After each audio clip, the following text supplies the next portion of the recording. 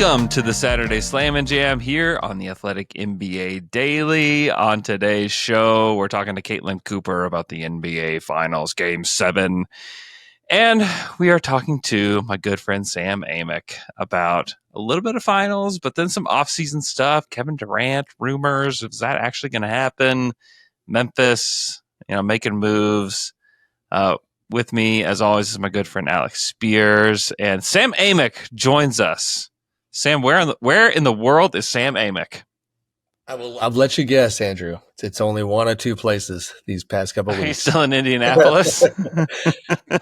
No, I did the media charter plane, which the good news is it's a direct flight. The bad news is it's not always that conducive to sports writers' schedules. So late night, early morning, forgive the casino voice that's coming your way, which, by the way, is not as good as I'm digging your Game 7 voice. I think we need more of that Game 7 voice.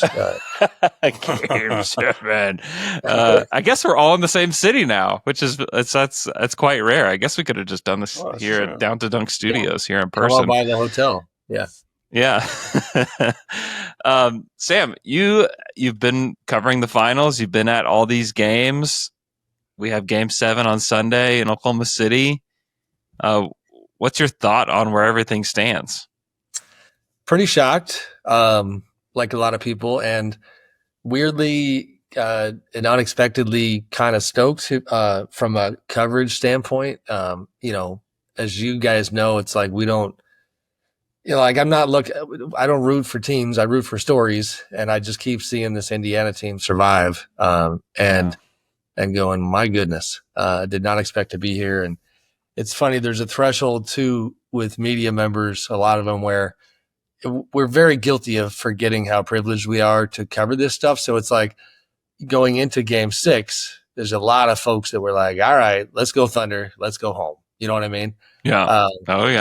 Then they lose, and everybody's just, then you kind of snap out of it, and you kind of go, wow, this is a Game 7 in the NBA Finals. The type of thing that doesn't happen all that often, not since 2016. I was lucky enough to be at that one. What was the other one? 2013 Heat Spurs.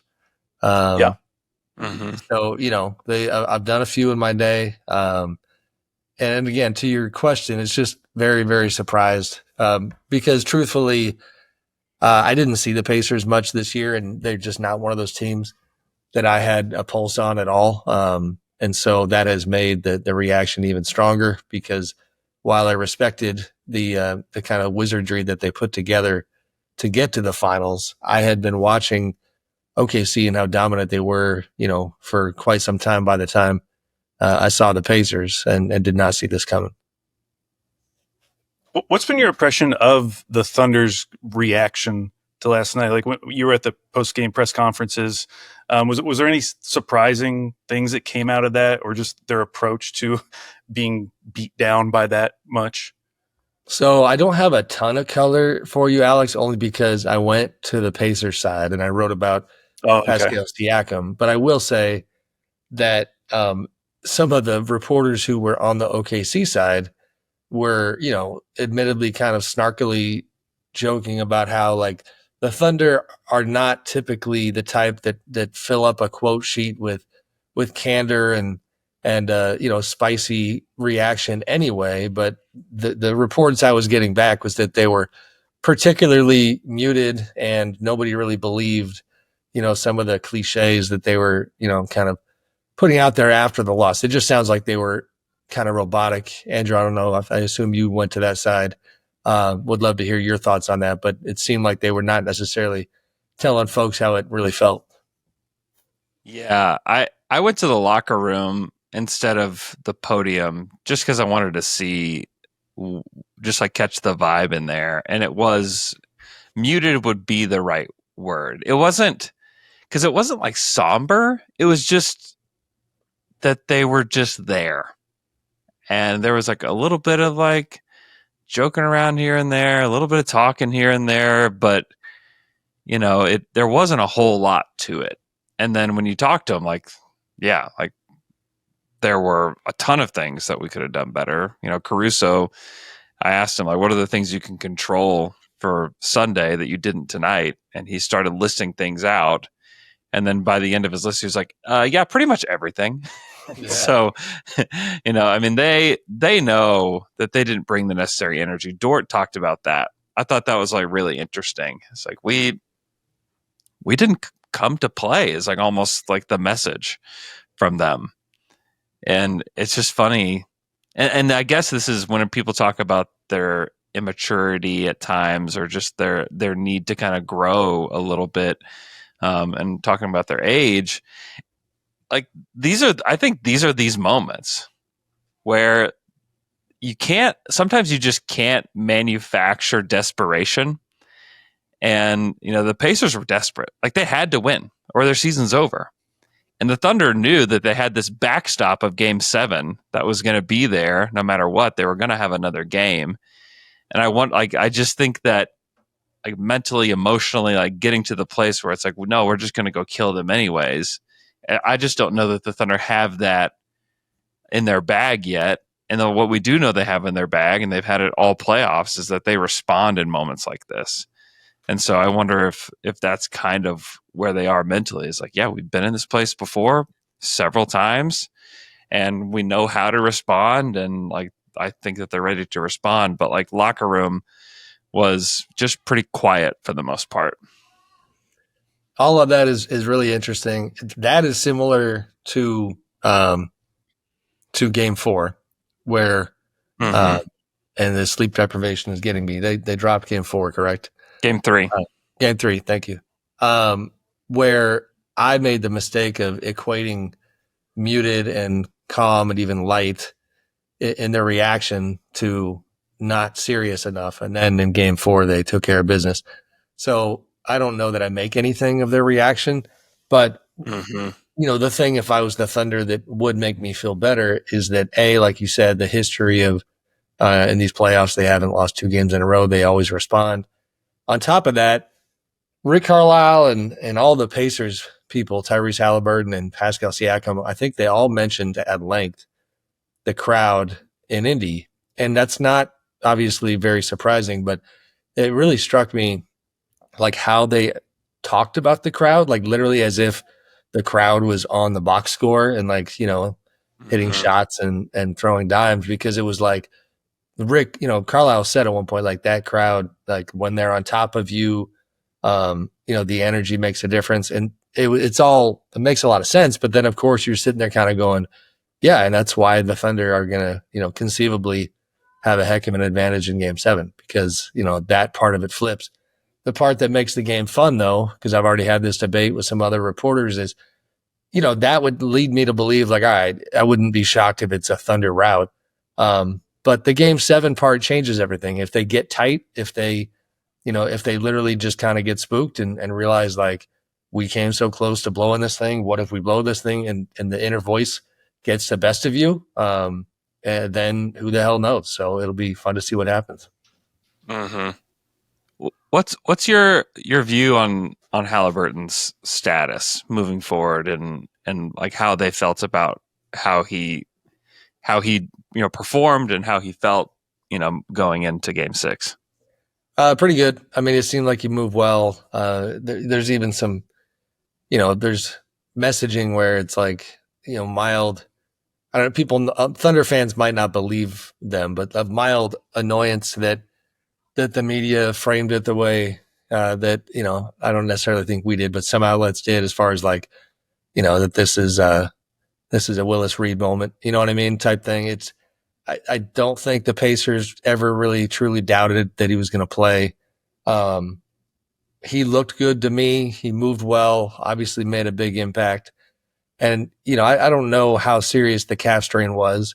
The other comparison somebody made that they kind of, the reason they brought this up was, like, that it's sacrilege to put it on this level, is like, this is not Kevin Durant in 2019 coming back from the calf, but it's also not nothing. And so, I watched him walk out of the building after Game 5 and definitely thought to myself, like, man, like, he's, not looking good. So, I feel like he's certainly going to be good for Game 7. I'm sure, 2 more days of treatment is going to help him.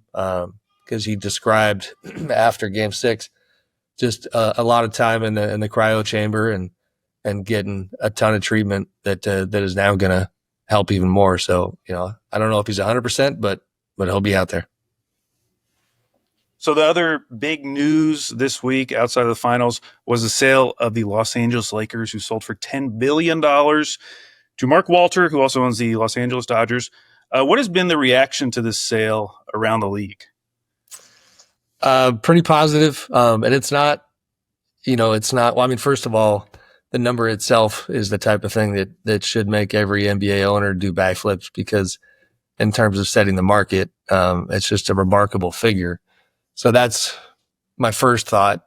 My second thought is that the Lakers, they win the championship in 2020. They get to the West Finals a couple of years ago. They were still, at times an elite team, despite the fact that as much history and experience as Jeannie Buss has running that squad, they were always accused of, and they hate the terminology, but running it much more like a mom and pop shop than most NBA teams. They don't have as deep of a staff. Their front office is not loaded like a lot of teams when it comes to the analytics department, scouting. And I say all of that to say that it's now, for Lakers fans, it's the best of both worlds, where, Jeannie is going to still being the governor and having that experience.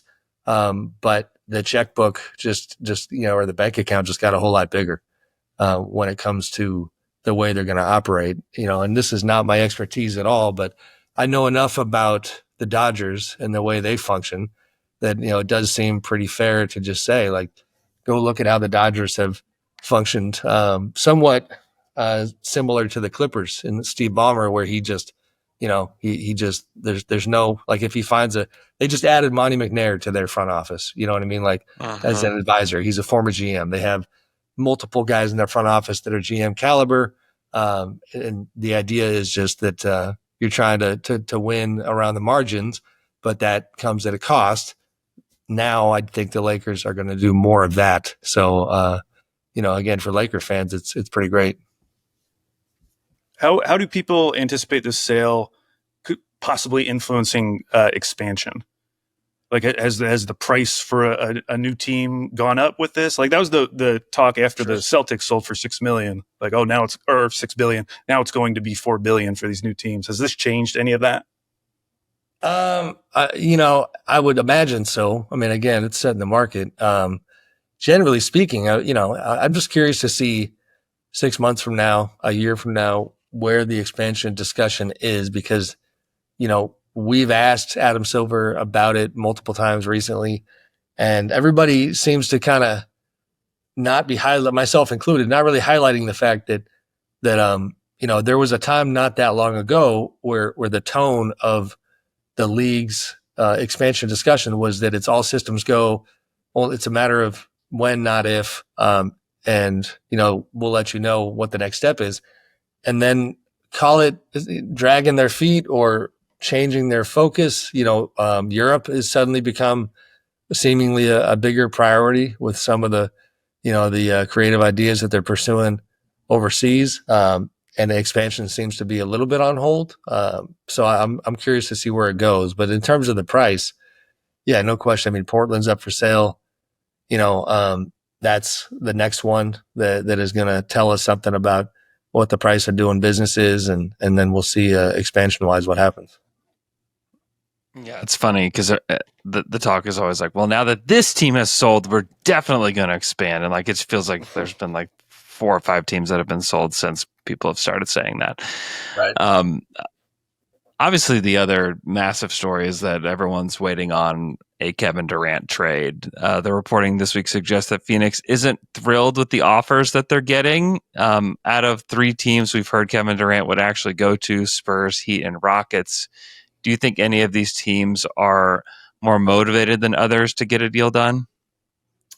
I don't have a great beat on Miami, but I do, like you said, I know that the Suns have been underwhelmed. I feel confident saying that San Antonio and Houston have similar levels of interest, meaning they would love to have KD, but it's on their price. And it's, I was told yesterday that Houston hadn't talked to Phoenix since last week, and that call didn't go particularly well. That could have changed by now. That's as of yesterday. But that San Antonio is not going to go all in to get him. I think you can learn a little bit about how they're moving from the De'Aaron Fox trade, where they really surprised a lot of people because, the fact that none of their young players wound up in Sacramento, and they did, so they wanted Fox, but they wanted Fox the way that they wanted to get him, which was with the third team and somehow holding on to the guys that they're trying to grow within their program. The thing right now is it's a little bit of a cat and mouse game, I think, with Kevin and the Suns, where they are working together, and hopefully that noise isn't too bad, guys. We got a vacuum in the hallway. I think you're good. It's the Suns and Kevin and his agent, Rich Kleiman, are coordinating together, but it feels like it's this breaking point where, I don't know why this example just popped in my head. And Andrew, you and I talk about family all the time. If you're driving down the road and you're trying to get everybody in the car to agree with the kids and the wife, like where you're going to grab dinner, and you're trying to let everybody have a voice, but at a certain point, you just kind of go, all right, just stop it. We're going here. You know what I mean? Yeah, exactly. So, like we wrote the other day that, it's really clear that Phoenix likes what Minnesota could potentially offer, but the Timberwolves have made it clear that they're not in this Kevin Durant game unless they're confident that he wants to be there. So you can sense the Suns trying to convince Kevin to add Minnesota to his list. And it's just a question of what if he doesn't, what might they have on the table for, deals that won't involve extensions, where you're just going to ship them off for a rental, which, is not going to net you much in return. How stubborn is Matt Ishbia going to be here to get the kind of haul that makes him feel better about the original trade? But, I just don't see that coming around the pike. So it's all coming to a head because we did think this was going to happen before the draft. And right now there's no movement. Is there a chance that he just stays in Phoenix? Like they just can't get anything done? I mean, there's always that chance. I mean, this is just my own speculation. When you hire a new GM and Brian Gregory and like you're trying to set the course going forward, like of course you should. Especially with Ishbia having seen that like the rash moves in his first couple of years as an owner have not panned out. Yes, you should be increasingly willing to do the uncomfortable thing. Weird comp, but it's almost like Giannis in Milwaukee. Like he knows it's an imperfect situation, but he's smart enough and wise enough to know that the landscape right now is not great for me to ask for a trade. And so I'm not even sure I want to, but so you will just kind of deal in Milwaukee for at least one more year. And I could see the Suns. I mean, if I was part of their group, you've got to have that on the table. If you don't have that on the table, then, that's just more leverage you're losing in these talks. I mean, I don't think that'll happen, but it should be, one of the options they're considering. So we also had our first big trade of the offseason this week with Memphis sending Desmond Bane to Orlando for a bunch of picks. So the expectation seems to be that Memphis is not tearing things down. They're looking to build around Ja and Triple J going forward. Are there any indications about what type of player or level of star Memphis is targeting in the near future? Like, are they going big fish hunting with all of these assets? They don't appear to be going after KD. And, he's a big fish, but he's kind of, filling his own lane at this point just because he's 37. The age has got to be mentioned. A group like that, you're going to be trying to go young, big game hunting, if that makes sense. I don't have a list in terms of what they're looking at, and I understand that trade, while, yes, I'm sure they were trying to figure out how to augment things around Ja and Triple J, I also think in today's second apron NBA world that there is a little bit of a Minnesota Karl Anthony Towns trade reality where the economics were just coming up on them really quickly. And that's a consideration that just puts them, in in a place where they went backwards. There's no other way around it. Desmond's a fantastic player. I think he's going to really fit in well in Orlando, and so it's a small pivot. So the question now is like, can they get somebody? They're not as close as they used to be. So this is not a go grab Draymond Green from the Warriors type of setup. You know what I mean? Like, they need to try to create a longer runway and grow, but I don't know if they're going to be able to. And if they're not, then, I do think, I'm not entirely convinced yet that, and it could be a year from now, but that they look at this whole thing and say, we're going to have to hit the escape button on these core guys and tear it down a little bit. Sam, thank you so much for answering our questions. Be sure to go read Sam at The Athletic. He wrote about Pascal Siakam, who this will be music just to Dave DeFore's ears, that he's the true MVP of this Pacers finals run. Go check that out. Sam, thanks so much. Thanks, guys. Appreciate it. With us now, the only person I want to talk Pacers with, Caitlin Cooper, who writes the Basketball She Wrote blog. It's very good. If you want to learn just about basketball, it's a great blog. If you love the Pacers, it's even better. Caitlin, thank you so much for coming on. Thanks for inviting me. I can sense the enthusiasm to talk about the Indiana Pacers today. Listen, it's a weird position for us to be in, for Alex and I, because we follow and we're both from Oklahoma City. We both would prefer the Thunder to win. Listen, I know we're supposed to be unbiased, but that's just me. That's just real. Okay. I just got back from Indiana, and it was they just got bludgeoned. But let's talk about Game 7. We're going to preview Game 7. I would love to we're just going to pick your brain for half an hour and try to figure out what is going on in the series. So Sunday night will be the first Game 7 in the NBA Finals since 2016. You've been breaking down every game of the series, analyzing the adjustments from both teams. As you look back over the first 6 games, what have been the biggest tactical decisions that have impacted the way the series has played out? I think the biggest difference for the Pacers, especially by comparison to last year and over the course of these 7, is just how many different defensive tweaks they've made. I think normally you probably think of Rick Carlisle as an offensive X's and O's tactician, and that's certainly been the case as well. But watching how they're guarding Shea from the first game until what they did last night was like two polar opposite schemes almost. The amount that they dialed back the pressure in Game 6, I mean, I posted a stat this morning that it was their lowest average pickup point of the postseason and of this series against Shea. They were more so having Andrew drop back and wait for him at half court or around the 3-point line, which I think was probably motivated by a few things, likely Tyrese Haliburton's injury and also how Andrew played in the fourth quarter of Game 5 in Oklahoma. He looked completely gassed when he and Tyrese combined for those 5 turnovers in the fourth, especially some of the ones that he was making where it's like, this is a simple pitch back to Pascal and I'm just getting off the ball as quickly as I can. So I'm guessing the Pacers' thought process there was twofold in that if they thought Tyrese was going to be limited at all, that Andrew was going to have to run more pick and roll, which he did. Tyrese only ran 9 picks in this entire game last night. Wow. So if Andrew's having to be primary point along with TJ McConnell and be defending the league MVP, you have to find rest somewhere there.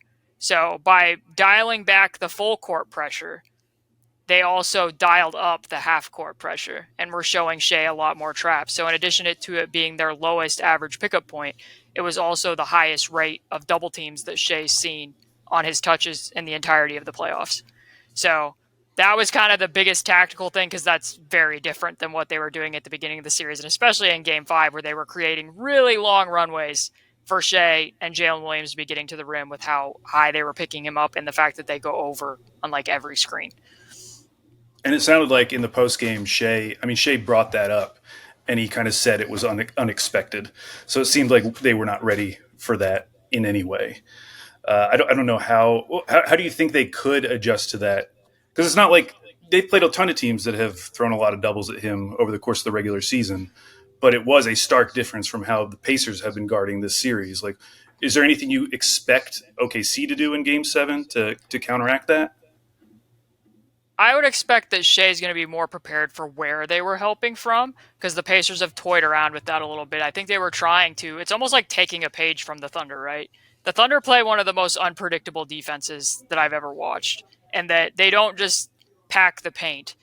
They help from very unconventional places, but they trust and the fact that their defense can be on a string that they can pull it off. And that's kind of what the Pacers were doing last night. Like, they were just swarming him at times, toying with, are we doubling from the top? Are we doubling from the weak side elbow? My guess is Shea's going to watch that back and notice what spots and where they were doubling him from. So he's not racking up quite as many turnovers as what he did there. He's going to be more prepared for where the double teams will come. And so that would be point number one. And then also, like, I'm guessing that it was a little bit different for him too, and that the Pacers were switching on a lot more of the guard-to-guard screens, because they did that 2 games ago because they wanted to get Aaron Nesmith onto Shea, the Thunder, because Aaron can be a foul machine, for lack of better terms. And last night with TJ and Nembhard, they were willingly switching TJ onto Shea, which at first I was like, well, that's kind of curious. That's a mismatch. But as soon as Nembhard switched off, they were putting Nembhard in the paint, basically acting like a goalie. So I would suspect that Shea's also going to be more prepared in knowing, like, hey, they're not staying home on our shooters like what they did in games 1 and 2. When they make the switch, I should be expecting to see an extra body, and I should know that, like, hey, somebody's probably open behind that corner pin and screen over there. Like, I'm just guessing that when he watches the film back, similar to Mark, I mean, I know Mark made a comment, which I think was just spot on about both teams, where he was like, somebody asked him, like, do you ever run out of adjustments? And he's like, no. It doesn't feel like either one of these two teams is going to run out of adjustments anytime soon, because they have so much flexibility between the two of them. So going into Game 6, a lot of the focus was on Haliburton and how he's going to play with this injured calf. Despite the injury, still very effective, team high, plus 25 in his 23 minutes. You kind of mentioned this in your answer to our first question, but how did he and the Pacers adjust his approach offensively and defensively so that he could still be so effective despite this injury? Yeah, I know that was, like, somewhat controversial, but, like, I thought he was very clearly limited in Game 5, and I thought he was still clearly limited in Game 6. The difference being is that the Pacers had 2 days off to prepare for how they wanted to scheme around those limitations. Mm-hmm. So, like I said, Nembhard and TJ ran way more pick and roll than Tyrese. Tyrese running 9 picks per game, even when considering that the fourth quarter was entirely garbage time, is still a very low total for him in a game. So that's number one, just tilting more of the offense into the hands of other guys, so as much explosivity isn't required of him as what would be required of him in normal games. And he was advancing the ball very quickly too. Like, you would have seen, there were some spots early in the game where he could have pushed it himself, and, like, he's a hit-ahead guy, but he was definitely like, I'm going to let Pascal bring up ball handler. I'm going to let Andrew bring up ball handler. And then just little quirks about his game actually worked in his favor. Like, I refer to him as a counterculture a lot, but, like, he's a guy who, despite being right-handed, likes to step back to his right. So, like, last night when he's on the left side of the court and he makes that step back 3 to the right, he's not having to power off his injured right calf. He already wants to do that anyway, so he's not having to power off that calf muscle to get to the shot that he wants to get to. So that's helpful. And then also, like, 2 years ago when he first got traded to the Pacers, he was not a guy, and he still isn't by comparison to a lot of, like, you know, what we would see from Shea, isn't somebody who's going to drive switches head on. So when Chet was switching out to him last night, he went to a move that he used a lot 2 years ago, where it's like, I'm going to fake the righty side step 3. I'm going to draw Chet to my body. I'm going to get off the ball, and I'm going to, you know, give and go. And I'll get it back at the rim, and then I can score there. So I'm not relying on my burst. I don't have to burst past Chet. I don't have to create an advantage. I'm going to draw him here and use the motion to beat the switch rather than my handle to beat the switch. And then also, like, one of my favorite quirks of his is when he'll pull out the lefty floater. So last night when they were trying to force him in that opposite direction, he can just on a whim be like, well, I can make a floater with my offhand. So, like, it was him doing things that are counter, but they're already counter to him. It was just helpful with what injury he had. Like, I still think he looked limited in that game, and I still suspect he will likely be limited in Game 7. But and to be fair, the Thunder helped the Pacers out by how many threes they missed in that basketball game as well. So, yeah. TJ McConnell, he took more shots than he's taken in the playoffs in games 5 and 6 in this series. I think OKC fans keep waiting for this elite defensive team to figure out this like short mid-range maestro? Like, how is he doing this to the Thunder? His powers just continue to grow as the series goes on. He's just haunting Thunder fans, I think, at this point. But why is he having so much success against the Thunder defense, in your opinion?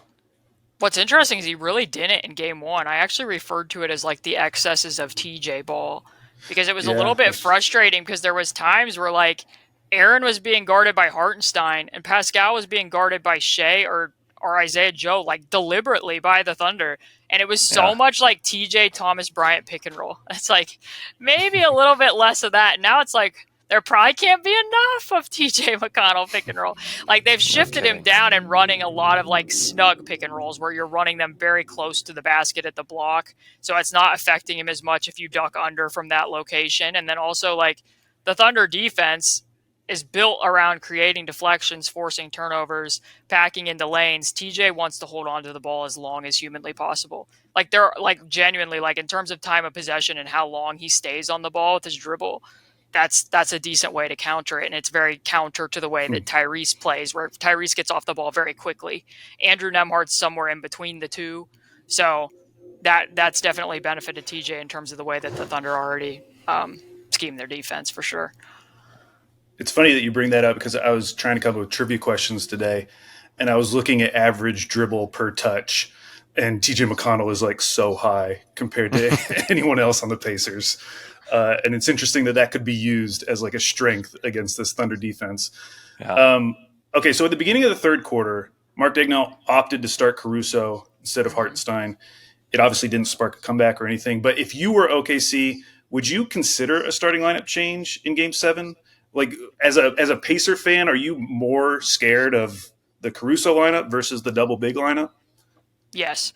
And especially like if I'm the Thunder and I'm watching back what just happened in Game 6, there's less utility for Hartenstein, in my opinion, because part of the reason why I think, if I had to guess, because I don't know, that they started starting him was because the Pacers were picking Shea and Jalen Williams up so high that his screening was really valuable to them to set three-quarter court screens and make sure that Nembhard was getting off so that they could get an odd man advantage with a head of steam. And if they're not going to be picking up that high and they're going to be waiting for Shea at three-quarter court, it's not as valuable to them to have both bigs on the floor. And then also I thought the Pacers were a lot better in Game 6 by comparison to Game 5 at overplaying the handoffs for Hartenstein and then also taking away like the late pass counters.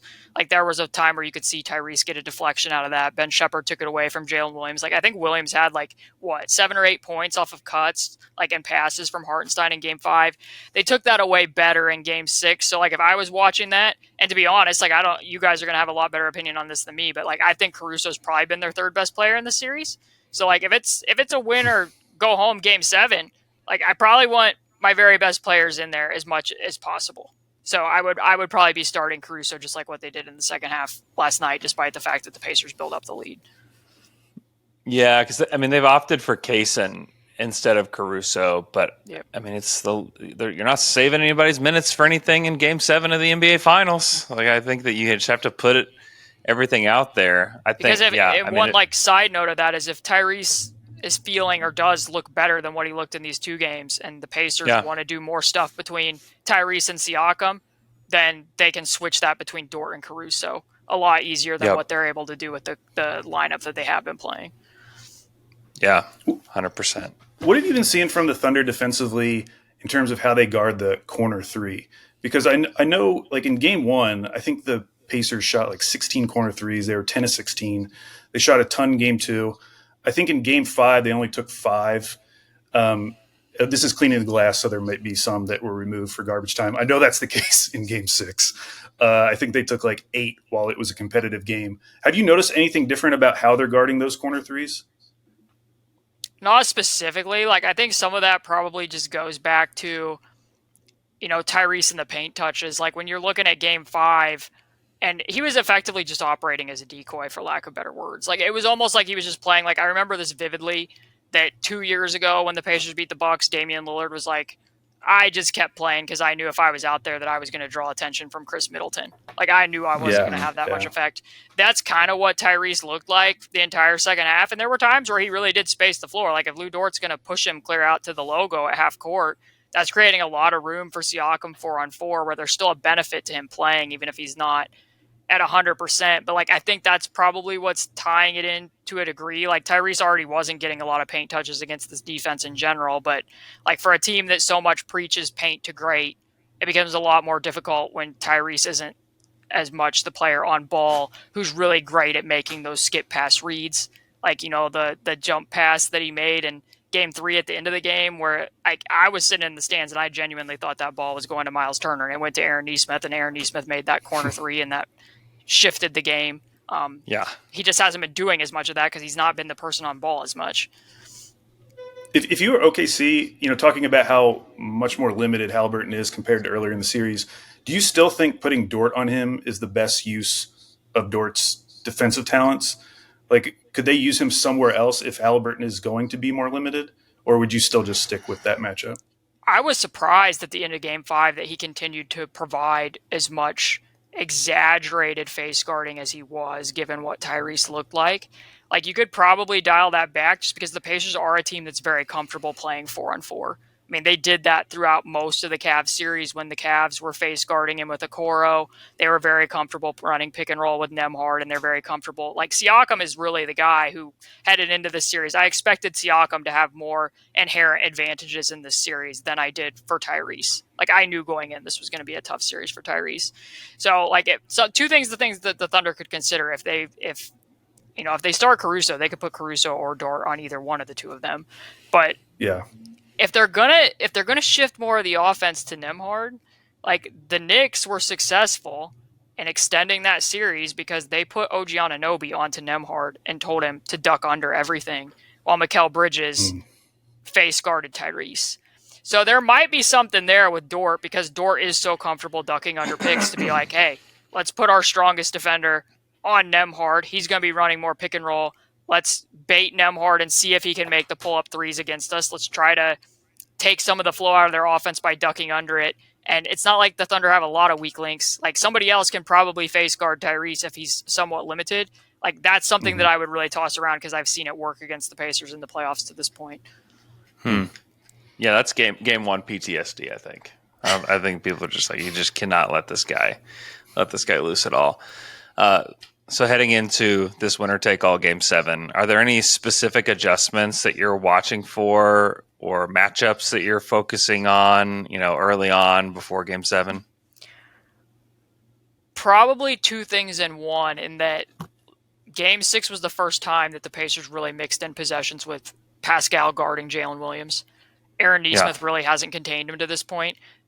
Rick took a timeout like 3 minutes into the game last night, and out of that timeout, I was like, yep, here we go. Like, Siakam was directly on Jalen Williams. He had more possessions against Jalen last night than through the first 5 games of the series. I thought Siakam had some success there. They're not going to be able to do that for an entire basketball game, and I wouldn't expect them to, because that's just asking way too much of Siakam to be doing that. Plus, they value him as a help defender a lot. So if that continues, and if the Thunder were to play big, Nesmith was on Chet Holmgren. So, like, that's something that they might be a little bit more prepared to exploit into a Game 7 now that they've seen it, because that wasn't something that the Pacers had tried up until that point.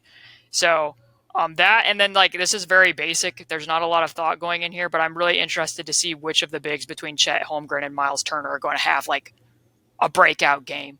Like, because, like, to this point, they're just, like, kind of exchanging who can miss more shots. Like, that's just kind of what it is. So, like, it kind of feels like the series is going to tilt on which one of them, like, figures it out. That's terrifying. Chet got creative, too, missing that lob slam the other day. That was really something. Yeah, that was cool. Let's make picks. We gotta make picks, Al. No! Yes, we do! We gotta make picks. Okay. There's all these stats that just like favor OKC in so many ways. Even just like the Game 7 history, like 74% of teams playing in Game 7s win. This will be the 20th Game 7 in finals history. 15 of those teams have been the home team. The Thunder are a +20 net rating when they're at home. They're a -6 net rating when they're on the road. Like, there's just all these things that kind of point to the Thunder. And yet, when you think the Pacers are dead, they're not.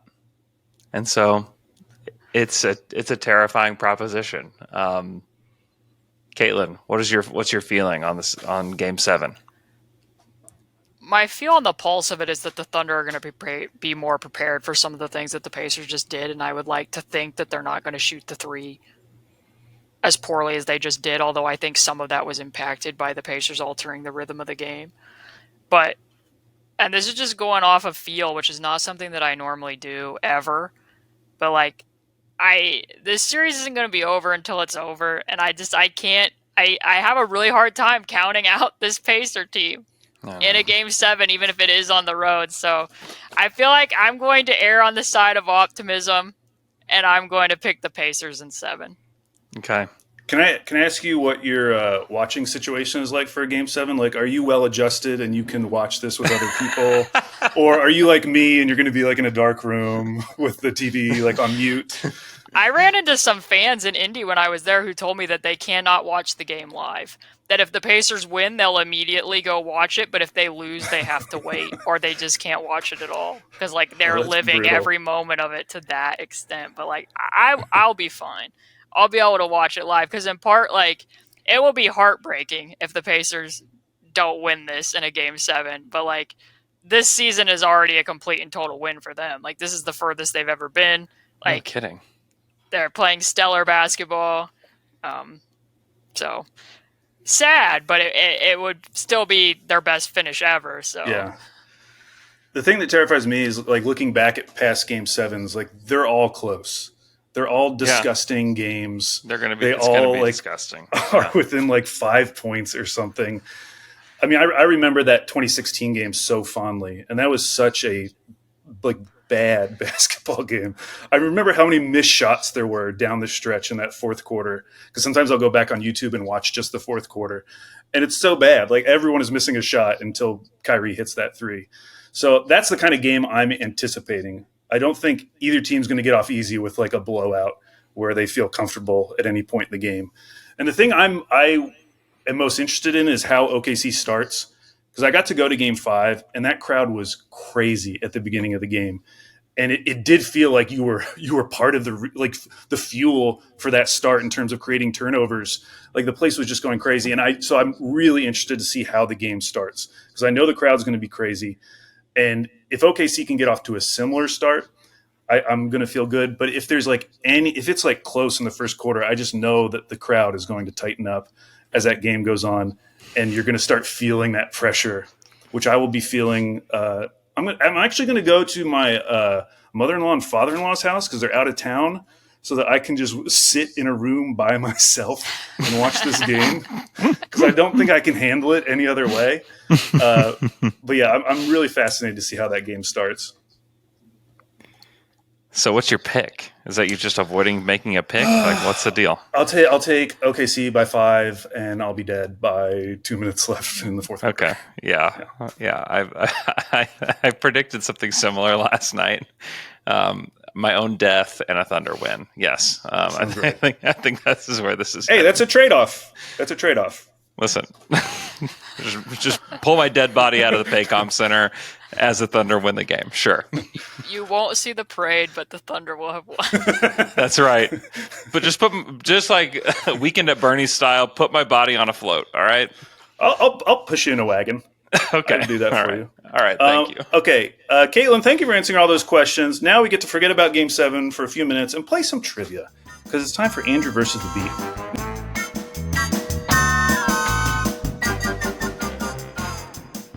Now, you played this very recently, so you know how to play. And this week, all these questions are about what OKC and Indiana did in the playoffs. So these are all the intertwinedness of these two teams in the playoffs. So 8 questions. If you get it right, you'll get at least 2 points. If you get it wrong, Andrew will have a chance to steal for 1. We'll go back and forth. So, Caitlin, what number between 1 and 8 would you like to start with? I'll go with number 2. Question number 2. When this player has been on the court for the Pacers in the playoffs, the percentage of their plays that come in transition increases by 3.7%, which is in the 92nd percentile. Who is that player? Wow, that could go a lot of ways. It feels like the gut inclination there would be Tyrese just because he's the engine of everything. But Siakam has been so good at running out that it leads me to think there. And it also leads me to think that, like what happened last night when Aaron got loose for a few, that it could be Aaron. I have not looked at this, but, well, and it could be Obi Toppin too. I mean, there's so many answers with how fast the Pacers play. So now I'm going to go with Obi Toppin. That is incorrect. Andrew, you have a chance to steal. I'll say Neesmith. Also incorrect. Caitlin, it was your second answer. Pascal. Siakam. Yep. Pascal. I shouldn't have let Obi creep into my mind. I was going to go with Pascal, but then I was like... All right, Andrew. I'll go 1. Question number 1. Looking at the totals for the 5 major counting stats in the playoffs, so points, rebounds, assists, steals, and blocks, SGA has the most points of anyone. Haliburton has the most assists. Caruso has the most steals. Miles Turner has the most blocks of anyone in the playoffs. Wow. The person who has the most rebounds in the 2025 playoffs is not on the Thunder or the Pacers. Who is it? Wow. I think this is Cat. Andrew, that is correct. It's Karl Anthony Towns. Yes. Congratulations. Okay, Caitlin, board is yours. Let's do number 7. Question number 7. Which players have run the most miles for the Pacers and Thunder in the NBA Finals, respectively? So you get 1 point per correct answer. So one player for each team who has run the most miles in the NBA Finals. And it's over 16 miles each. Wow. We're talking offense or defense or both? Both. So it's got to be somebody that's played the most minutes.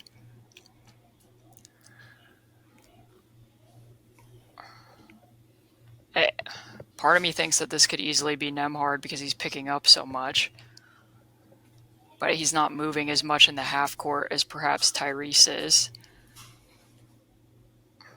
Or Siakam.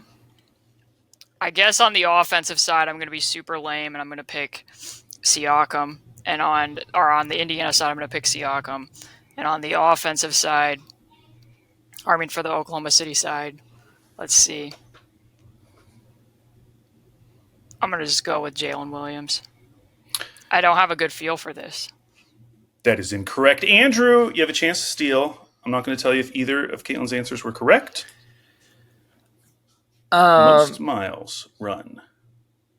I am going to guess a combination that we have seen like mirroring each other almost with Shea and Nembhard. Andrew, that is correct. Yes. That is correct. My gut inclinations are right, and then I talked myself out of them. I started thinking about Jalen being a cutter, and I was like, well, that probably involves a lot more movement. All right, Andrew, board is yours. Ignore that you have 4 points. You actually have 3 points. Okay, don't. Ghost point. Don't feel too good. I'll stop feeling good. Number 3. Question number 3. When this player has been on the court for the Thunder in the playoffs, the percentage of opponent plays that come in transition decreases by 2.4%, which is in the 85th percentile. Who is that player? Oh, boy. So transition opportunities for the opponent, the Pacers. Opponent. Drops. Okay. Transition opportunities. Okay. I will...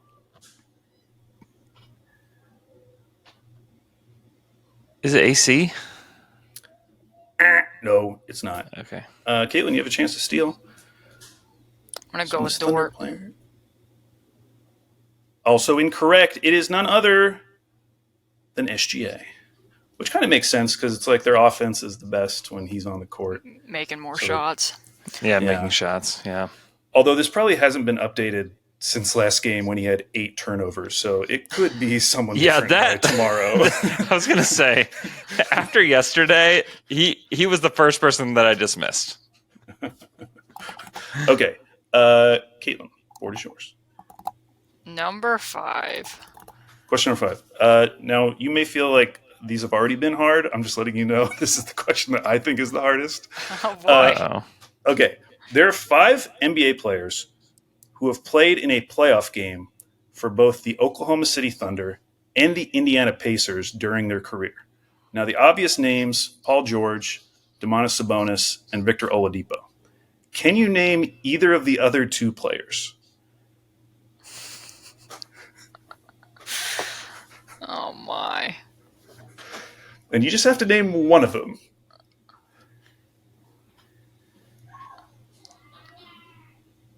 Trying to think about like the Kevin Durant, Russell, James Harden teams, and if there's a role player that would have transferred over. Right. There's one, but I don't think the Pacers were in the playoffs with this particular guy. At least I don't know if they were.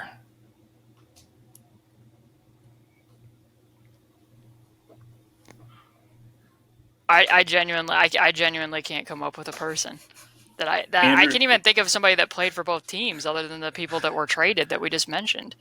Right. Yeah, it's kind of hard. There's only a couple. I think it was like 8 players total. Because I'm not counting Seattle. Obviously, there are more teams with Seattle. Andrew, do you have any guesses?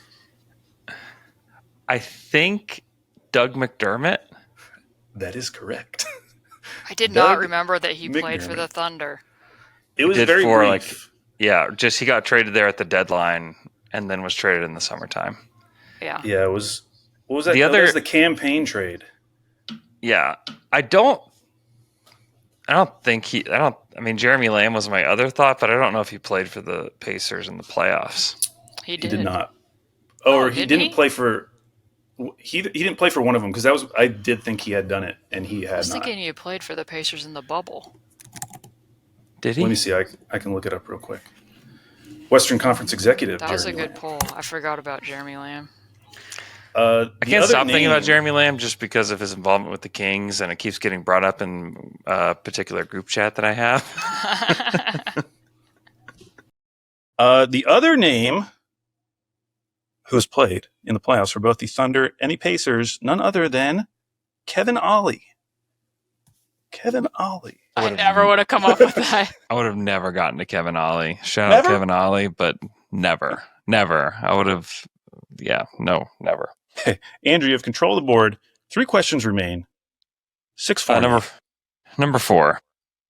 Number 4. How many combined points do Usman Jang and James Johnson have in the 2025 playoffs? Now, you get to choose who answers first. You can make Caitlin answer first, and then you can go higher or lower. Or you can answer first, and then Caitlin go higher or lower. Combined total points for That's right. Us and James Johnson. Oh, that's funny.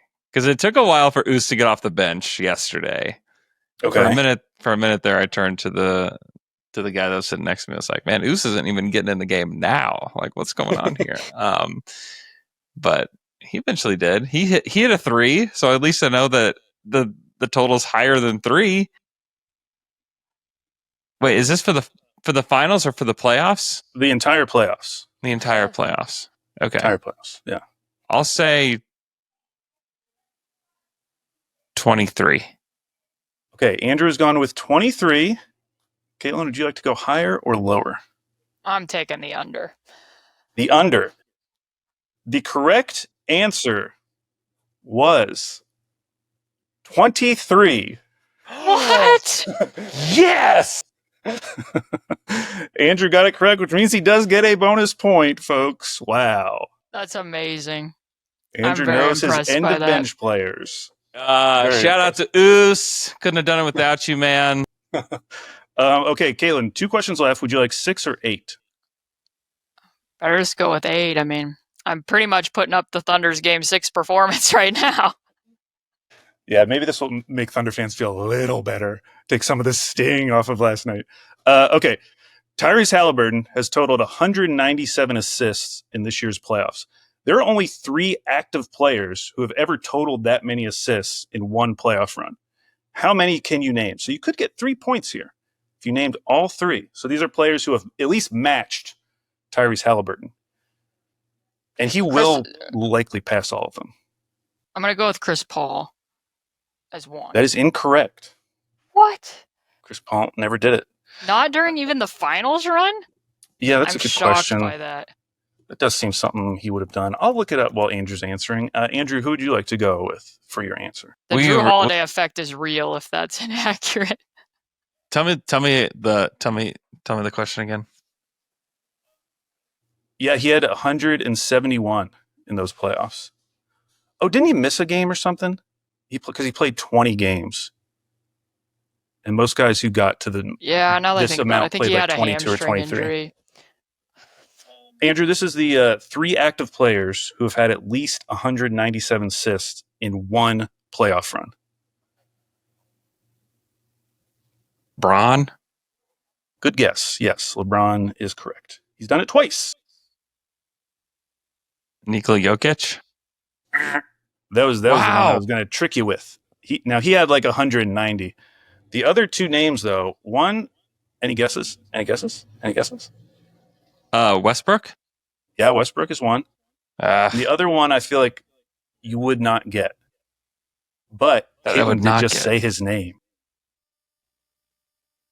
Drew Holiday? Yeah, it's Drew Holiday. Really? Isn't that wild? Yeah, I wouldn't have come up with that. Would have never guessed that. Wow. Okay, final question, and this is a fun question. Pretend for the purposes of trivia that we combine the Pacers and Thunder into one franchise. We're going to name the top 10 in combined franchise history for most points scored in the playoffs. Okay? Does that make sense? Franchise history. Yeah, so I ranked them by the number of career points they had in the playoffs for either the Pacers or the Thunder.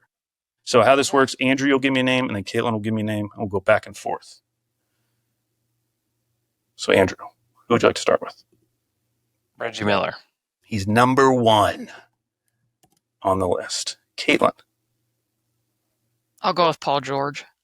Paul George, number 5 on the list. Andrew.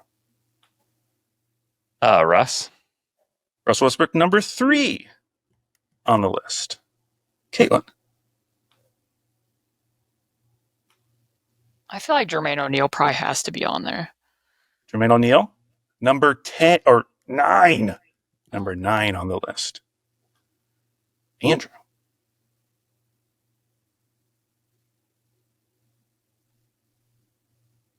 KD. KD's number 2 on the list. Caitlin. Y'all are halfway there. Doing great.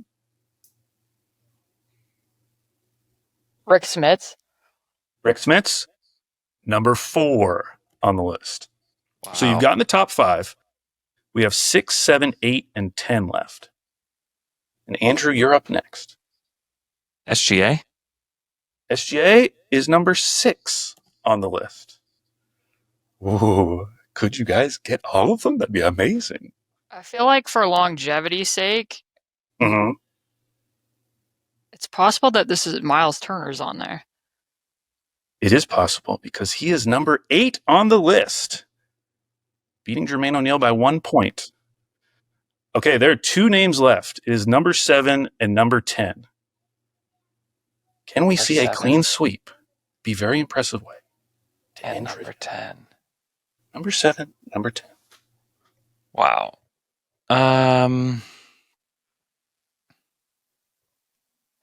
Goodness. I keep thinking this name, but I just don't think it's right, and it scares me to say it. Who is it? Give us a little hint. Danny Granger? No. Okay, yeah, I didn't think that was right. I don't know why he kept popping in my mind. Caitlin, do you have any more guesses just for fun? Jalen Rose. Jalen Rose, he was like 11 on the list. There's actually 1 Pacer and 1 Thunder left. 1 Pacer, 1 Thunder. 1 Pacer, 1 Thunder. Domas? Nope. You can Mark keep throwing out Jackson? names. Nope.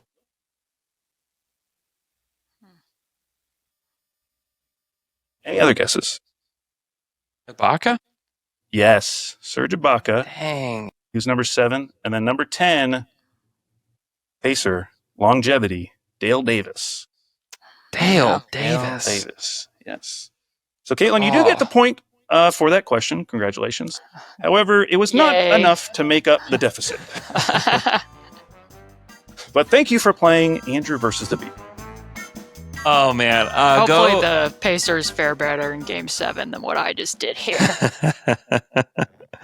Go read Basketball She Wrote. It'll make you a smarter, just basketball person, period.